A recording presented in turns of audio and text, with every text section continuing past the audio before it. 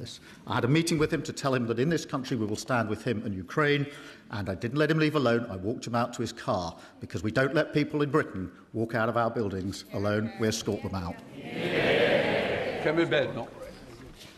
Can I thank the Prime Minister for that answer? And no doubt he will be disappointed that he won't be emulating his hero, Harold Wilson, in winning multiple elections. However, we all hope that he may be about to emulate him in another way, by being the Prime Minister when England win the World Cup. That is something that every single one of us in this House should get behind, especially the SNP.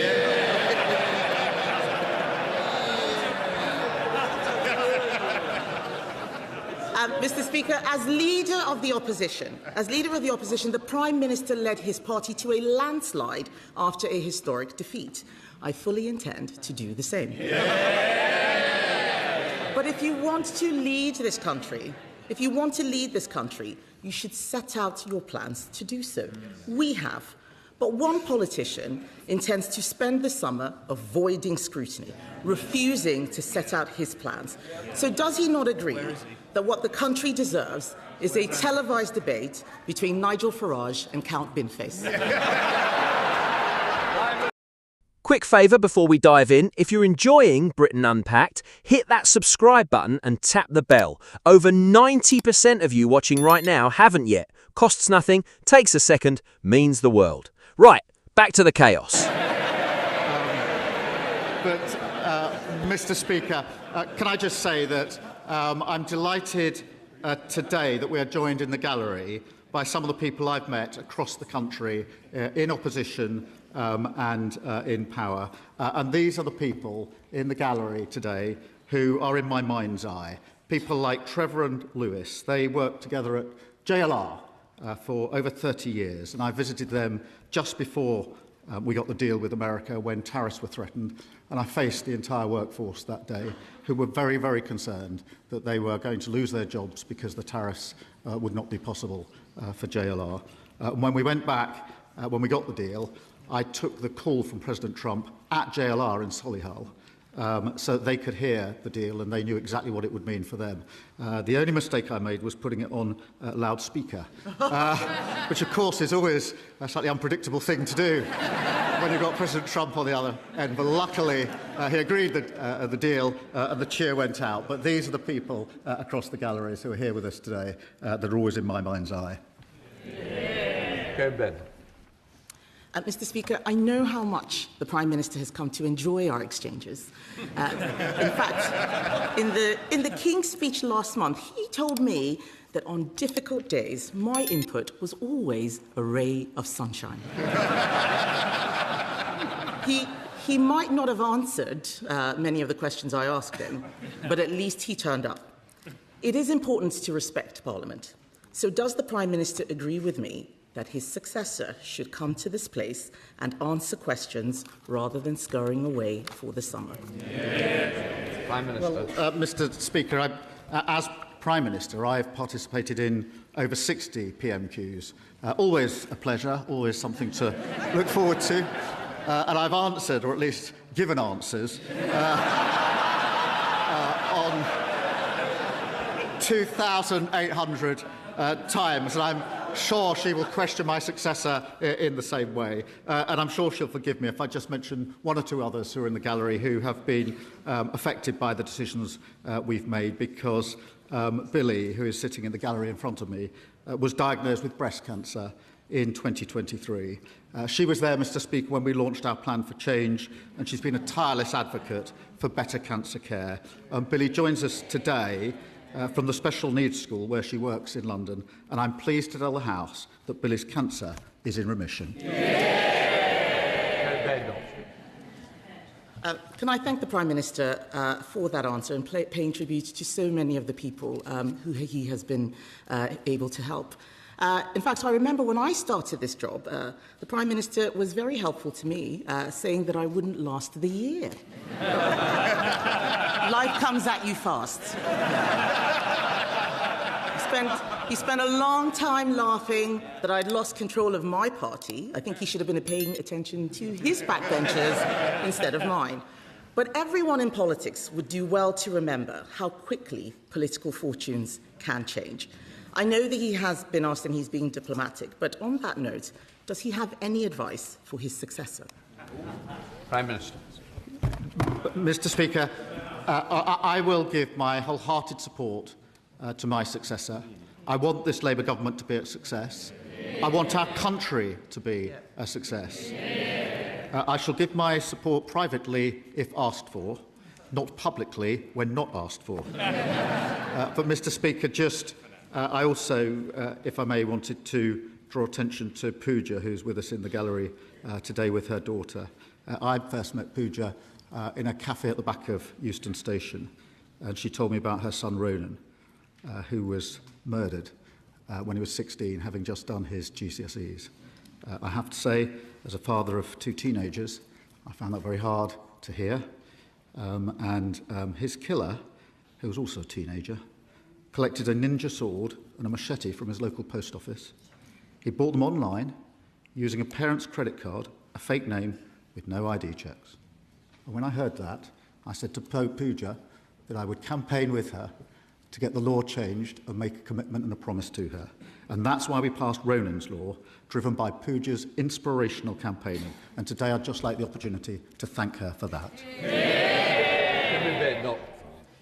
Mr. Speaker, that is a lovely statement that the Prime Minister has just made to Pooja. I'm sure the whole House will agree. I think the whole House will also agree that he gave a very diplomatic answer to the question I asked him on advice to his successor. And having heard it, I say this to Labour MPs with as much goodwill as I can muster. We have been where you are. Changing Prime Minister is not a silver bullet. Indeed, it may be that the Labour Party's troubles are only just beginning. Solving the fundamental problems in this country will require difficult decisions. And you also need to know how to get things done. The Prime Minister once said that when he pulled the levers, nothing happened. Why did he think that was? Minister. Well, Mr. Speaker, we did pull the levers. We pulled the levers to stabilise the economy, and we've stabilised the economy. We pulled the levers to strengthen our public services, and NHS waiting lists are coming down at the fastest rate for 17 years. We pulled a big lever on child poverty, and this government will be doing more on child poverty than any government ever, including previous Labour governments. We put the biggest investment into defence and security, and our international standing has been restored. But, Mr. Speaker, we also pulled the lever on the individual cases that matter, including individuals like Carla, who's in the gallery today. She was one of the parents that came to see me about online harm and the harm it can do to our young children, and that's why we banned social media for under-16s. And Daniel, who's also here with his son, who spoke to me many times about the struggles he's had with the cost of living and the need for a safe and secure home for every family and every child to grow up in. They're the people, Mr. Speaker, that matter more to me than anything else, because it's their lives that I think about when we make decisions in this government. Final question, Kemi. Thank you, Mr. Speaker. So for my last question, the Prime Minister may not think so now, but it is a tribute to him that not a single sitting Labour MP could beat him. Not the member for Ashton-under-Lyne, who couldn't count her taxes, not the member for Sheffield Heeley, who couldn't count how many phones she'd lost, and definitely not the member for Ilford North, who couldn't count to 81. This is my last exchange with the Right Honourable Gentleman, and I know how much his wife and children mean to him, and that they are in the gallery today. As everyone here knows, our families make a huge sacrifice for our choice to enter public life. So I hope he will allow me to draw our time together to a close by thanking them for the love and support they have given him throughout his time in office. Prime Minister. Can I thank her very much for that? It is the last question I'll face from the Leader of the Opposition, and so let me wish her well and her family. We have had robust exchanges across this dispatch box. but she has extended kindness to me privately at very difficult times, including when there was an attempt to burn down our family home, which deeply affected my family. She reached out to me. And when my brother died of cancer, she reached out to me privately, not across this dispatch box. And I thank her for that and the tribute that she's just made to my wife and children, who mean the world to me. I do thank her for that. She knows this is robust and it has to be robust, and that's the way politics is done. But the kindnesses that sit behind it privately are often just as powerful, if not more powerful, and I thank her for that. I also stood at that dispatch box, Mr. Speaker, for 4 years as Leader of the Opposition. I know firsthand it's the most difficult job in politics, and that is what she is doing. When I did so, Mr. Speaker, we had just lost the 2019 election, which nearly broke my party. It was the worst result since 1935, and we were found to be institutionally anti-Semitic. And, Mr. Speaker, I picked up our party, I turned it round, I made a promise to rip anti-Semitism out of my party, and I did. I turned my party to face the country, and we won a landslide Labour general election. And after 2 years, we've stabilised the economy. We have invested heavily in our public services. We've put better protections in for children, particularly on child poverty. We've strengthened our defence, and we've enhanced our international reputation. I'm proud to leave this country in a better shape than I found it. Thank you. Picture this. A Prime Minister walks into the House of Commons for the very last time, and within 60 seconds he's talking about murder, football, and a man dressed as a dustbin running for Parliament. Welcome to British politics, ladies and gentlemen, nowhere else on earth. Wednesday, the 15th of July. Keir Starmer standing at that dispatch box for the final time as Prime Minister. And he doesn't open with jokes, he opens with grief. Former MP Ann Widdecombe had been killed just days before, and counter-terrorism police are treating it as murder. Starmer called it chilling, noting that 3 sitting or former MPs have now been killed during his 11 years in Parliament. Sobering stuff. Democracy, it turns out, is not just PowerPoint slides and awkward handshakes. It has a price, and sometimes that price is paid in blood.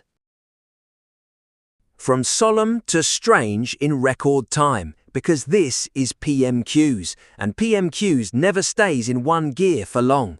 Starmer casually mentions his evening plans aren't ministerial meetings this week, they're the World Cup semi-final. England versus Argentina. Even outgoing prime ministers need telly time. Now, the political theatre. Starmer's swan song doubles as his highlight reel. Stronger protections for working people. Falling child poverty. A law to stop official cover-ups after tragedies. Higher defence spending. And on the world stage, he's been busy mending Britain's relationship with the European Union and rallying support for Ukraine. Just the day before, he was in Paris for Bastille Day, picking up the Legion of Honour from President Macron himself. Not a bad final week's work. Here's where it gets properly British. Amid the seriousness, there's still room for a jab about the upcoming Clacton by-election, where Nigel Farage faces off against Count Binface. Yes, an actual comedy candidate in a bin costume. Only in Britain does a serious constitutional moment share a sentence with a man running for office as household rubbish. And the transition of power itself is remarkably quiet.